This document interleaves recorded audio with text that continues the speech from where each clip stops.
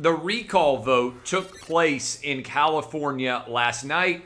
Gavin Newsom won. All right, Gavin Newsom won the recall vote. He will remain the governor.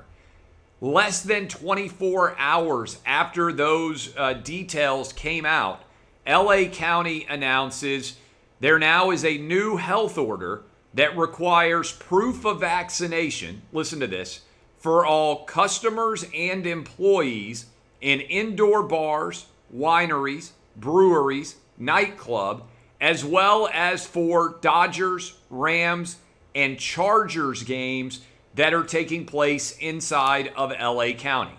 This is not a proof of a vaccine or a negative test result. It is in order to go into a bar, a winery, a brewery, a nightclub, as well as to go to a Dodgers, Rams, or Chargers game, you now have to have the COVID vaccine.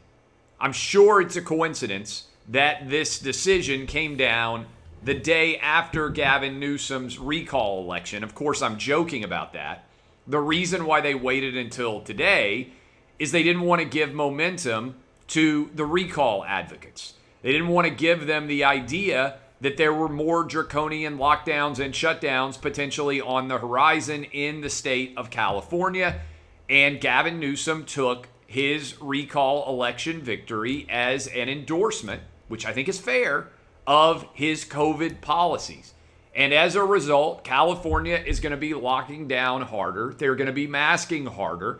And the reality is, every time one of these new rules and regulations come down, real estate agents in Tennessee, in Texas, in Florida, in Georgia, in other free states that are still red states in terms of allowing kids to go to school, in terms of not mandating masks, the phones ring off the hooks and people flee California in numbers that have frankly never been seen before in the history of California. And look, I love California.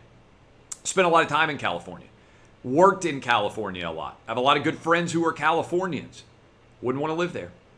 Wouldn't want to pay an incredibly high rate of taxes. Wouldn't want to pay with my freedom when it comes to my kids being able to go to school without wearing masks. Wouldn't want to be embracing anti-science. Wouldn't want to be ignoring natural immunity. Wouldn't want to be ignoring all the studies that reflect that masks don't make any sense in schools. And wouldn't want to be dealing with Gavin Newsom as the governor of my state. And I think there are a lot of people who agree with me. And that's why I think COVID is making the blue states bluer and the red states redder, because people every single day are making the decision to flee those states as opposed to continue to be a part of the draconian regulations surrounding COVID and how nonsensical and anti-science they are. But it's not a surprise. And this directly impacts sports. If you're a Chargers fan, if you're a Rams fan, if you're a Dodgers fan, if you're an employee of any of these businesses, if you are someone who wants to go to a bar or a restaurant, LA, you knew, was going to follow the lead of New York City, and there were going to be mandates for vaccines in order to be able to go into bars, restaurants, and sporting events. And this is where we're headed. We're headed to a free red state America and a lockdown blue state America. And Joe Biden's going to try to make it the case that everybody is locked down as significantly as he wants. I hope that COVID cases aren't going to go up throughout the fall, but my suspicion is they will, because viruses typically rise during the fall and the winter and then decline in better weather. And my concern is we're probably going to see significant COVID virus still in the fall and the winter.